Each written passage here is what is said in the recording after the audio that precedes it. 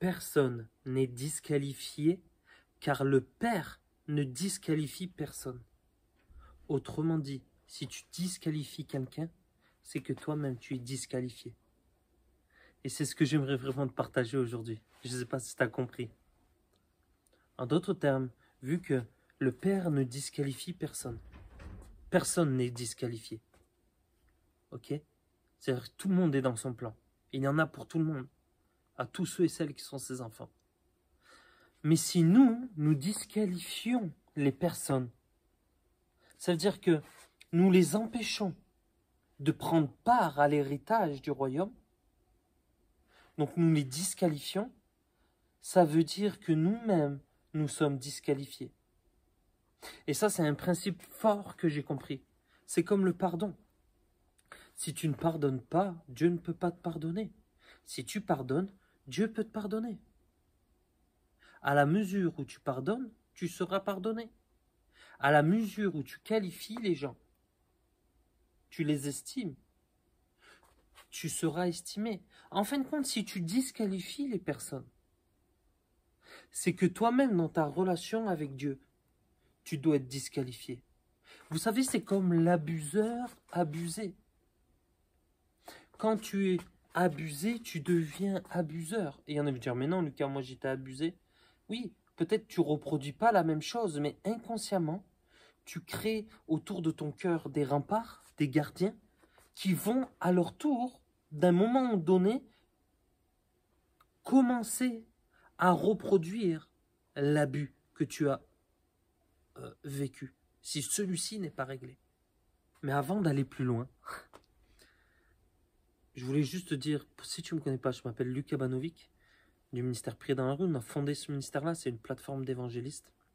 Et on a aussi initié et fondé Amour plus puissance, une école en ligne que je t'encourage à aller.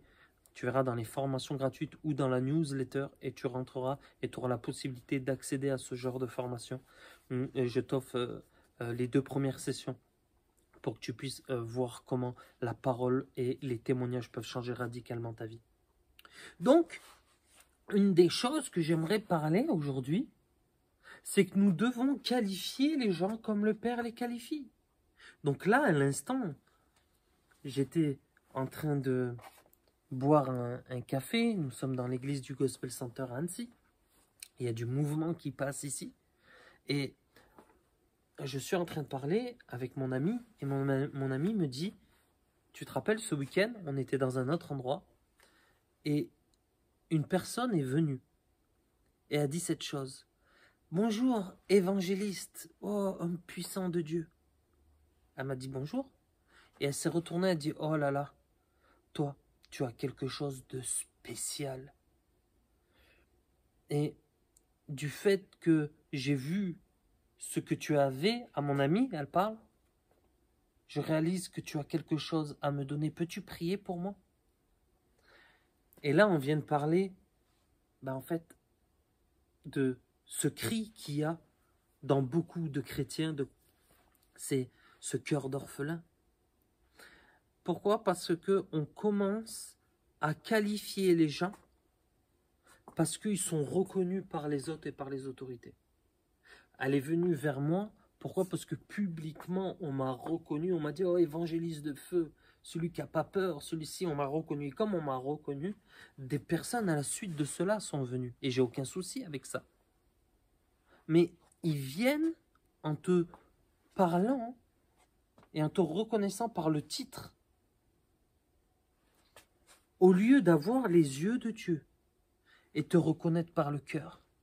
Et en fait, ce qui se passe à ce moment-là, c'est que les personnes, en fait, commencent à qualifier les autres parce qu'ils ont un titre, ou parce qu'ils ont un ministère, ou parce qu'ils ont été reconnus devant tout le monde. Et vous allez voir que souvent, les ministères connus ou quoi, alors bien sûr, quand ils sont connus, suivant comment ils sont connus, tout le monde les agrippe et de l'autre côté, c'est pas bon non plus. Mais les gens vont volontairement être distanciels. Et ils vont être distanciels, ils vont créer ce fossé entre le peuple et le ministère. Entre le ministère et le peuple. Et à ce moment-là, ça devient un danger. On commence à célébrer les hommes, on commence à honorer les hommes. Alors, moi, j'ai pas de problème à honorer les hommes. Mais j'honore Dieu qui est dans la personne. Je n'honore pas l'homme. Bien sûr, je l'honore. Mais j'honore le Dieu qui est dans sa vie et ce que Dieu fait dans sa vie. Et ça va être une chose primordiale. Pourquoi? Parce que, à notre tour, nous devons transmettre une image d'être des pères. Et des pères ne sont pas distanciels avec leurs fils, à part que si ces ministères et ces hommes de Dieu sont distanciels avec Dieu. Ils mettent de la distance avec le peuple parce que peut-être ils croient avoir une intimité, mais ils n'ont pas une intimité comme un père avec leur fils. Pourquoi? Parce que s'ils avaient une intimité avec un père comme avec leur fils, ils reproduiraient le modèle de leur père. Je ne sais pas si c'est puissant, je ne sais pas si ça vous parle. Je ne sais pas si ça vous dit quelque chose ce que je suis en train de dire. Mais si tu disqualifies les gens, c'est que tu n'as pas les yeux du Père. Et si tu n'as pas les yeux du Père, c'est pas parce que tu es mauvais ou quoi que ce soit. C'est peut-être qu'au lieu de mettre ta priorité sur l'action, sur le ministère, sur le faire, tu devrais mettre ta priorité sur l'intimité avec Dieu. Donc voilà, c'était un peu une vidéo d'aujourd'hui. C'était vraiment quelque chose qui me parle, qui me touche. Donc je vous dis, soyez bénis abondamment. Et je vous dis à de suite, n'oubliez pas, il y a des formations gratuites, il y a de la formation si vous voulez avancer plus loin dans le prophétique, dans la guérison, dans le surnaturel.